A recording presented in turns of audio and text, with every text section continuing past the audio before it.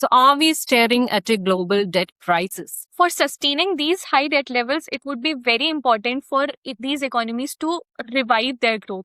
Central bank is facing the dilemma whether it should increase the policy rates at what market is expecting, but the cost would be growth. Whereas if the central bank remains slower at its pace, it is expected to create a pressure on the currency. Lot of these institutions have a very narrow path to operate into. Yes, there is a risk persisting for these economies, especially the advanced ones.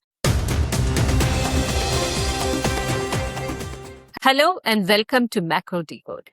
By 2029, global public debt is projected to climb to around 100% of global GDP. While advanced economies like Japan, the US already have debt more than their GDP, India too is dealing with elevated government debt.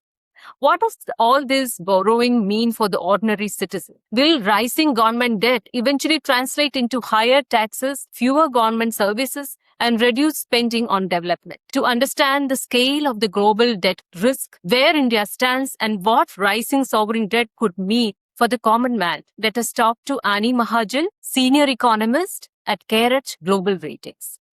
Welcome, Annie. Thanks, Sangeeta. So, as I said, global sovereign debt is at record high levels. Tell me more about this and the main countries which have risky debt levels. Sovereign debt levels have risen to all-time high. We had seen that this number has surged to nearly 97% during the pandemic period because of the large fiscal stimulus, social spending, and the government subsidies that most of these countries gave. But this was followed by a brief period of correction. But after that, we saw that there was a phase of global monetary tightening, and after that, borrowing costs have risen. And accompanying that, global debt levels have been rising. Now, the situation looks like global debt levels are expected to rise to nearly 100% of GDP. Advanced economies have already constituted major portion of this rise in debt. One of the major surge is because of the US. Other than US, we see that there are other economies which already maintain high debt levels, including France, Japan, which is close to nearly 250%. And on the emerging economy, one of the major reasons for this surge is that China has been scaling up its debt levels. As you just mentioned that during the pandemic, we saw the debt levels going up. Even though during the financial crisis, I think we saw the debt levels going up. Why are the countries borrowing more now? And how will we refinance it? Further increase this debt? During the global financial crisis also, we saw this kind of surge in global debt levels. But one comforting factor was the cost of borrowing. So cost of borrowing had been particularly lower for these economies. Therefore, debt affordability was not such a major concern. But now, the situation is reversing. Especially for advanced economies, we recently saw that the yields, especially the long-term yields, have surged to all-time high, with US yields nearly averaging to close to 5%. And most of the other advanced economies also following this pattern, including Japan, which had never seen this kind of surge. Right. So it is important to understand what is driving this high yields and how it is going to pan out for these economies. One of the biggest reasons is that market is apprehensive about the fiscal risks that are going to pertain for these economies, and both structural and cyclical factors are responsible for it. So behind the structural factors, these advanced economies particularly have aging population. So we see that these countries are expected to see significant amount of population turning into super aged, which means that the attached health costs and attached social spending is going to be high, which means that deficits are not going to narrow as such because these spendings are going to take significant amount of your spending. In addition to this, we also saw that the ability to conduct reforms has been significantly slower for advanced economies. This is a newer challenge for advanced economies, which had already had a history of a stable institutional structure. But now that is not there. We have seen that the countries like France and even Spain, which has not been able to pass budget, these kind of inhibitions from the government side to execute the reforms is one of the major disruptors to reduce the deficit levels as well. Why are they not able to bring in reforms and reduce their debt levels? countries like France and Germany, they are increasingly facing social and political resistance to pass any kind of pension reforms because Okay. there is a resistance from the public with respect to any curtailment of the spending that they are planning to take. Whereas the cases would be different for US, where the country has been under periodic uncertainty and there has been a debt ceiling revision. So these kind of revisions automatically lead to dilution of the confidence of public over the institutional structure. Countries like Spain for last 3 years have not been able to pass budget and they have been rolling over with the same kind of budget. The debt levels are rising. After the pandemic, then there was a dip in debt levels, and then we saw the rising happening. Recently, what are the things that are actually triggering this increase in debt levels? We see that there have been several instances apart from Russia, Ukraine, and all the geopolitical conflicts. Recently, the Iran-Israel conflict. Right. We also see that there has been geopolitical fragmentation and the trade disruptions that are constantly being caused either because of tariffs or because of the protectionist stance of many countries. Yes. Now, with respect to this, we see that the growth prospects for a lot of these economies could be hampered. Especially the medium-term growth prospects could be moderate. And on top of this, because of this West Asia crisis, we see that inflation, which was not earlier a particular risk for us, has become a challenge now. And with this re-emergence of inflation risks, we see that many of the central banks are no longer in the position to keep interest rates low. With higher interest rates, they are again going to be manifested in terms of higher yields. Ideally, your interest rates should be lower than your growth number, or your growth number should be higher enough to compensate for any kind of primary deficits, and therefore your debt numbers can come down. But right now, what is happening is that your yields, which means the interest rates or the borrowing costs, are going to go up, whereas the growth part is expected to come down and deficits are expected to widen, which means that most of these economies are expected to see the surge in debt levels. So we see that a lot of these countries, including US, including Germany and Japan as well, they have been relying more on short-term financing to finance their debt. The short-term debt always comes with a cost, which means that your refinancing has to be higher. In addition, earlier, as you were referring to the situation of global financial crisis, during that time, we saw that lot of central banks were in the capacity to intervene and buy a lot of their debt. Whereas now, central banks have been scaling back. They have not been intervening enough in the market to buy the government's debt. With the short-term financing increasing, the risk of refinancing is increasing more and more for these economies, which means that this pattern is not expected to come down going forward. Debt levels are expected to rise. Okay, so are we staring at a global debt crisis? What are the warning signs that sovereign debt has crossed the manageable levels to dangerous levels? I highlighted a lot of reasons that are worrisome especially for advanced economies. We see that there are few economies which are relatively in a better position to navigate this, and therefore there is a balancing act that is being played around in the world. While I highlighted the trajectory of advanced economies, we see that for emerging economies, debt levels are rising, but that is mainly because of China. But if we look at many other emerging economies, including that of India, despite the high stock of debt, is expected to see a decrease. If you look at the advanced economy, those are the ones who are actually holding the global GDP. 35% of the GDP is with the US, and then comes China. So these are the countries who are holding the global economy, and when they move into the debt situation like this, isn't it possible that we will go into a debt crisis?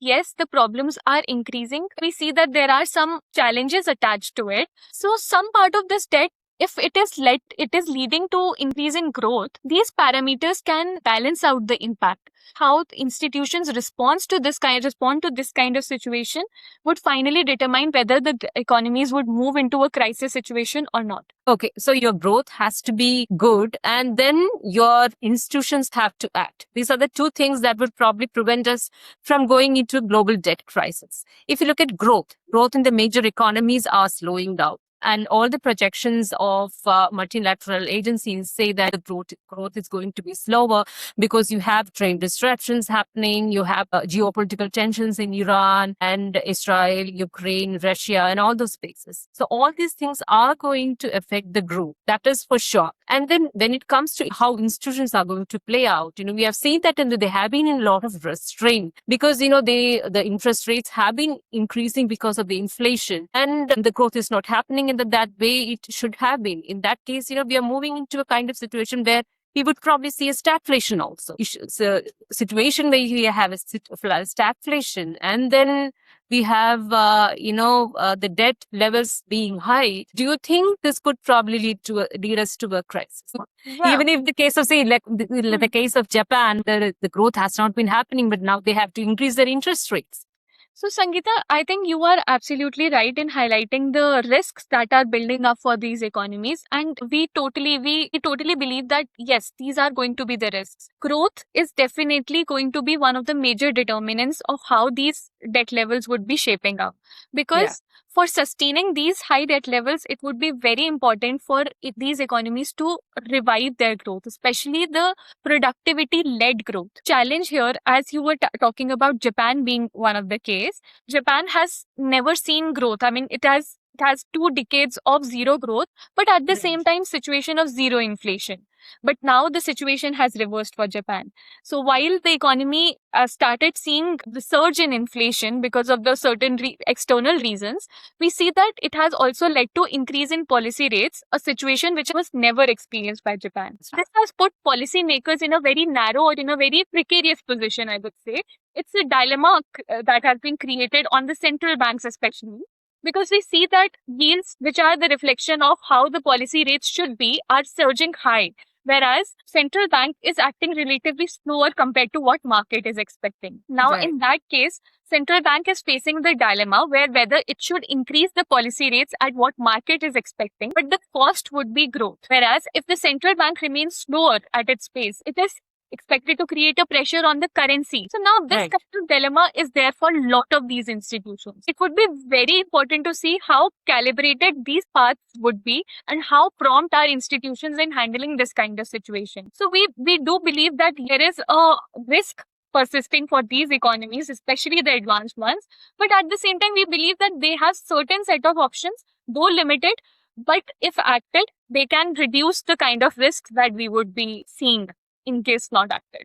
So one of the fallouts of higher debt levels is obviously the interest payments. And how much have interest payments increased as a percentage of the government revenues if you compare it with a few years back and now? And how this is going to affect the lives of people in this country? Interest payments as a percentage of revenue has not been such a significant problem for most of the advanced economies, barring few. But for mostly, it has always been a problem of emerging economies, where we see countries like India and even Brazil, which have very high interest payments payout as a percentage of their revenue. They have developmental needs, unlike advanced economies. These developmental needs have to be led by governments here.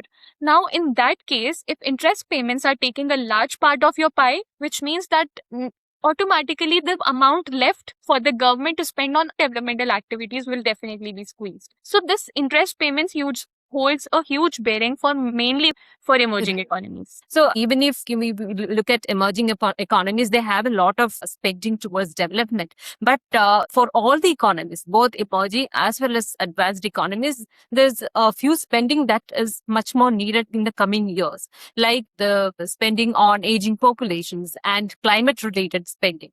So how will high debt affect the need for the increased spending on aging populations as well as the climate-related spending? Social spending is more of advanced economies' typical feature. Though we see a time when emerging economies would be also facing this kind of similar situation, and that time is not that far. But now I would just focus on how this kind of social spending and climate-related spending is expected to squeeze out the space for most of these advanced economies. Advanced economies had never seen a situation of high interest costs. Because they had not seen high interest costs, their interest burden was essentially lower, which means that the amount they had to spend for social spending, they had enough space to do that. But now the situation is changing. Because the yields are rising, they are expected to translate into higher interest payments, particularly for the economies which have shorter terms of maturity. Now, in that case, these economies will now have an additional burden, which is the interest payments burden. And on top of it, social spending, which will be automatically higher. And now the climate related spending has to be there.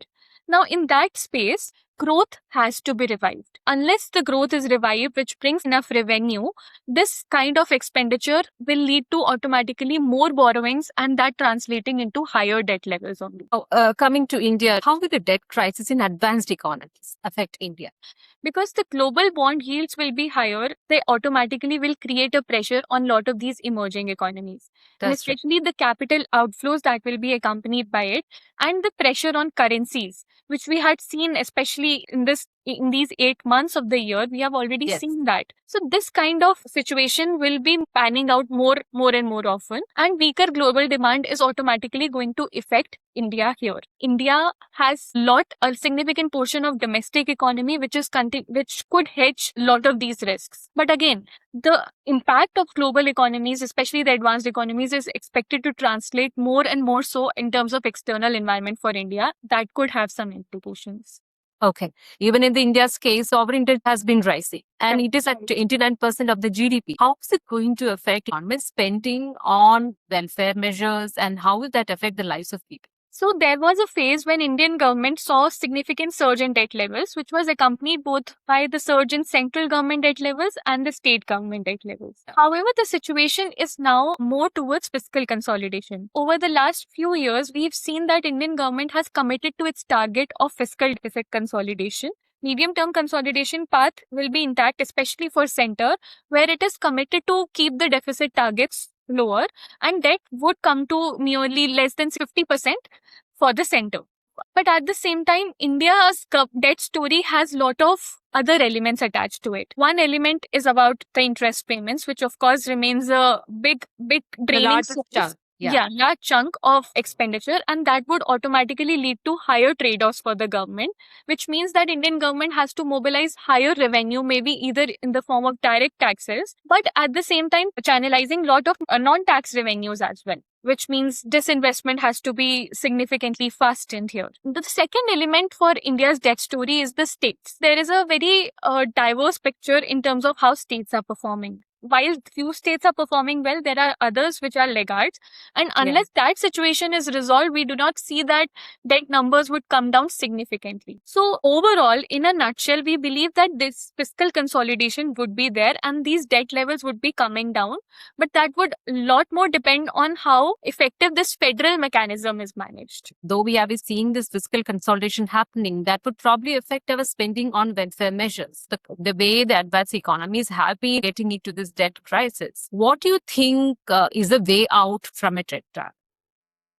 The kind of situation that even advanced and emerging economies are facing, and particularly the advanced, because of the ripple effects that these economies have on the world, it is important to correct their situation Right. first. Yeah. And for this, it would be fundamental to see how the institutions are capable enough to revive the growth. There are certain rigidities attached with the fiscal nature of these economies.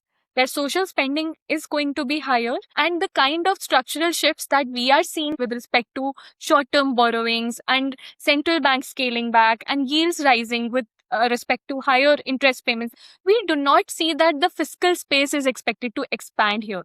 The only Yes. way here would be for institutions to revive the growth prospects for these economies, and that can eventually avoid the kind of crisis that we might see. So, the crisis that is there in terms of debt for advanced economies, that has to be taken care of by improving growth and restraining inflation. But these are the two things that the institutions have not been able to do. The growth is much lower and the inflations are rising. So this crisis is in the advanced economies, obviously going to have some kind of ripple effect on the emerging economies, including India. That was Ms. Annie Mahajan, who was talking to us on the global sovereign debt situation and how that could probably have an impact on India. Thank you for joining me on the show, Annie. Thanks, Sangeeta, for having me. It was great interacting with you.